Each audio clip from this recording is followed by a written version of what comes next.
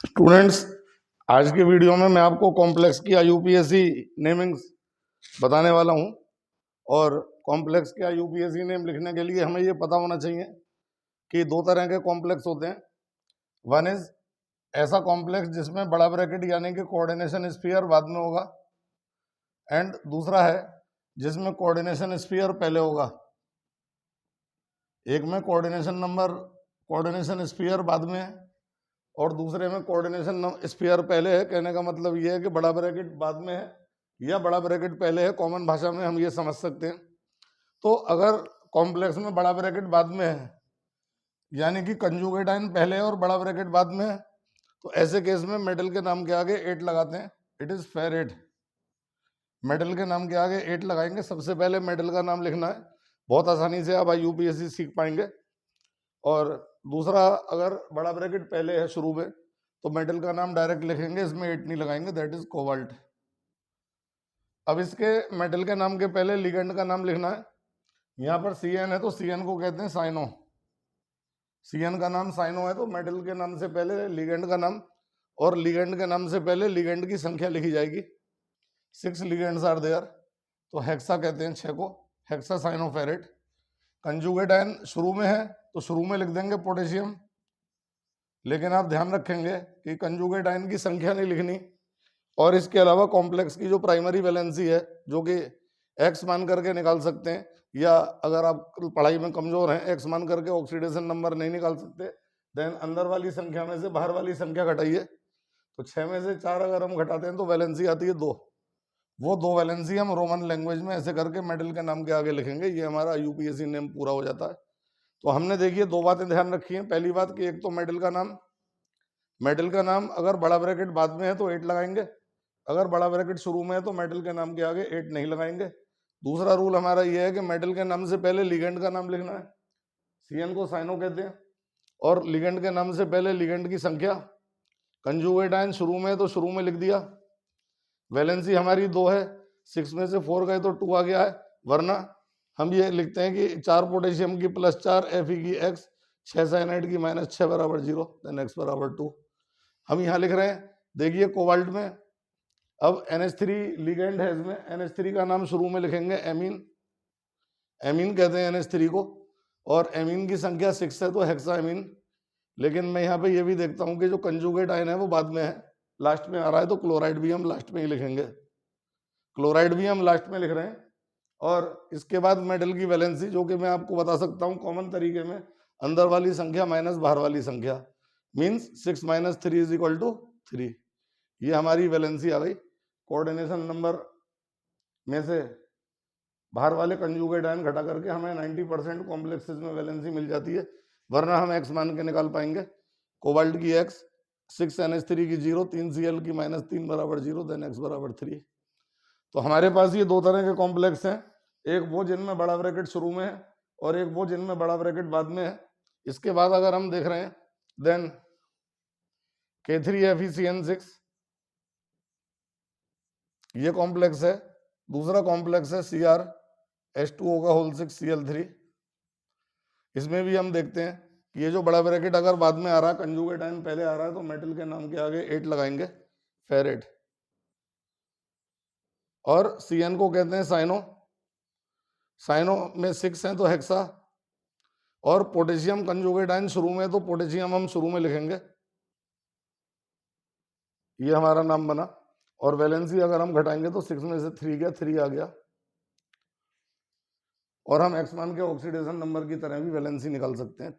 ठीक उसी तरह से अगर मैं ये वाला कॉम्प्लेक्स देखता हूँ, देन बड़ा ब्रैकेट क्योंकि शुरू में ही आ गया, कोऑर्डिनेशन स्फीयर स्टार्टिंग में ही है, तो हम मेटल का नाम डायरेक्ट लिखते हैं क्रोमियम। बाद में होता तो 8 लगाते, क्रोमेट कर देते, लेकिन क्योंकि बड़ा ब्रैकेट शुरू में है तो क्रोमियम मैंने डायरेक्टली लिखा है। अब वाटर का नाम होता है स्टूडेंट्स एक्वा। एक्वा माने वाटर। और 6 ligands are there, then hexa aqua chromium. Conjugate ion मेरा बाद में है तो क्लोराइड बाद में लिखूंगा। और आपको पता होना चाहिए कि कंजुगेट आयन की संख्या नहीं लिखी जाती, कंजुगेट आयन का नंबर हम नहीं लिखते हैं। तो अब जब वैलेंसी निकालेंगे तो 6 - 3 = 3 आ जाएगा वैलेंसी। और वैसे भी हम एक्स मान के निकाल सकते हैं। तो ये मेरा यूपीएससी नेम होता है। पहले टाइप के कॉम्प्लेक्स, मोस्ट सिंपल कॉम्प्लेक्स, इसके बाद जो हमारे दूसरे टाइप के कॉम्प्लेक्स आते हैं टाइप 2, उनमें 2 बड़े ब्रैकेट होते हैं, जैसे कोबाल्ट NH3 का होल 6, और दूसरा बड़ा ब्रैकेट भी उसी के साथ है CrCl6। पहले मैं शुरू वाले ब्रैकेट का नाम लिख रहा हूँ स्टूडेंट्स, वही रूल लगा रहा हूँ जो अभी लगाए थे।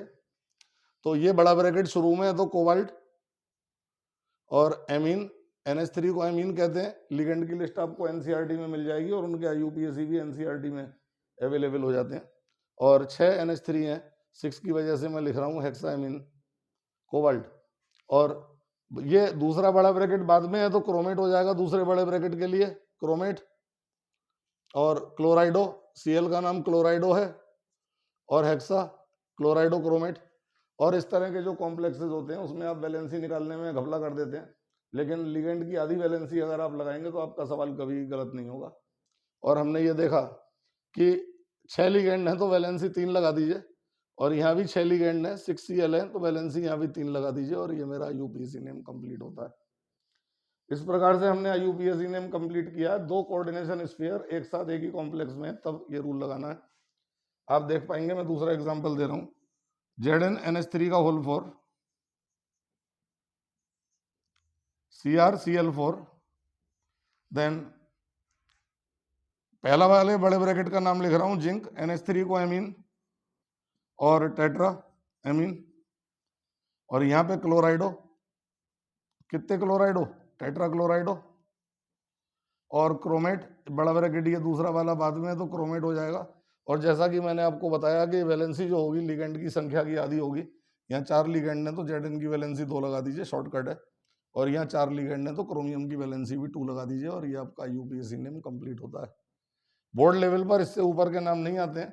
और अगर इस तरह का नाम है जैसे ये दिया हुआ कोबाल्ट NH3 का होल 6, बस सो सिंपल, कोई दिक्कत की बात नहीं है। प्लस चार्ज अगर है ऊपर, यहाँ पर कोऑर्डिनेशन स्फीयर पर प्लस चार्ज है, मेटल का नाम डायरेक्ट लिखेंगे कोबाल्ट, NH3 का नाम एमीन, हेक्सा एमीन, वैलेंसी आपको यहाँ नजर आएगी 3 है, और लास्ट में कैटायन लिख देंगे, कैटायन माने पॉजिटिव आयन। वही रूल है, बस लास्ट में कैटायन और एनायन लिख देना है। लेकिन इसमें हमें ये भी देखना होगा, मान लीजिए कोऑर्डिनेशन स्फीयर पर मुझे नेगेटिव चार्ज दिया हुआ है, देन Zn Cn का होल 4 -2, इसका नाम लिखना है। तो अगर कोऑर्डिनेशन स्फीयर पर नेगेटिव चार्ज है देन मेटल के नाम के आगे 8 लगाऊंगा, जिंक 8, नेगेटिव चार्ज वाले में 8 लगाना है।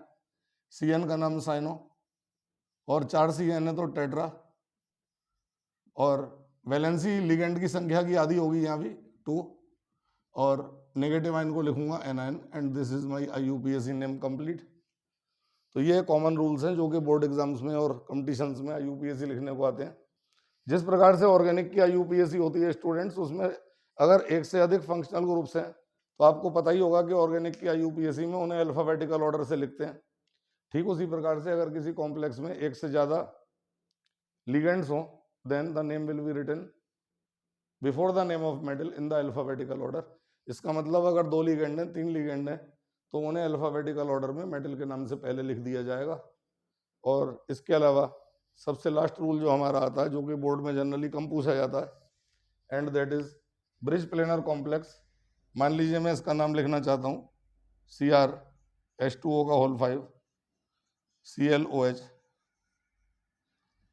कोबाल्ट NH3 का होल 5, ये है Cl4, इसका नाम लिखना चाहता हूँ। तो क्या करूँगा, बड़ा ब्रैकेट शुरू में ही है, इस पूरे का नाम लिख रहा हूँ पहले, पेंटा एक्वा क्रोमियम, पेंटा माने 5, एक्वा माने वाटर, क्रोमियम मेटल है। फिर ये जो बीच में लिगेंड्स होते हैं डॉटेड लाइन वाले, इनको अल्फाबेटिकल ऑर्डर में लिखूंगा और इनके नाम के पहले म्यू लगाऊंगा। For example mu क्लोराइडो, mu hydroxo, क्लोराइडो Cl को कहते हैं, हाइड्रोक्सो OH को कहते हैं।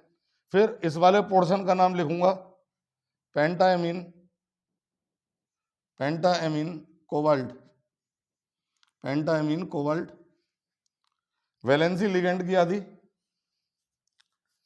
वैलेंसी लिगेंड की आधी, तो ये 5 लिगेंड तो इसके हैं, इन दोनों में से एक इसका मान लो, एक इसका मान लो, देन एक मेटल के हिस्से में 6 लिगेंड्स आते हैं, तो 6 लिगेंड की आधी वैलेंसी 3 हो गई, और यहाँ भी 6 लिगेंड की आधी वैलेंसी कितनी हो गई, 3। बीच वाले लिगेंड में से एक इसका माना जाएगा और एक इसका माना जाएगा। Both the metals are having 6 ligands hence they have the valency 3। और लास्ट में Cl4 बाहर है तो क्लोराइड यहाँ लिख देंगे, कंजुगेट आयन बाद में लिखा जाएगा। तो ये आपके बेसिक रूल्स हैं to write the UPSC names of complex compounds.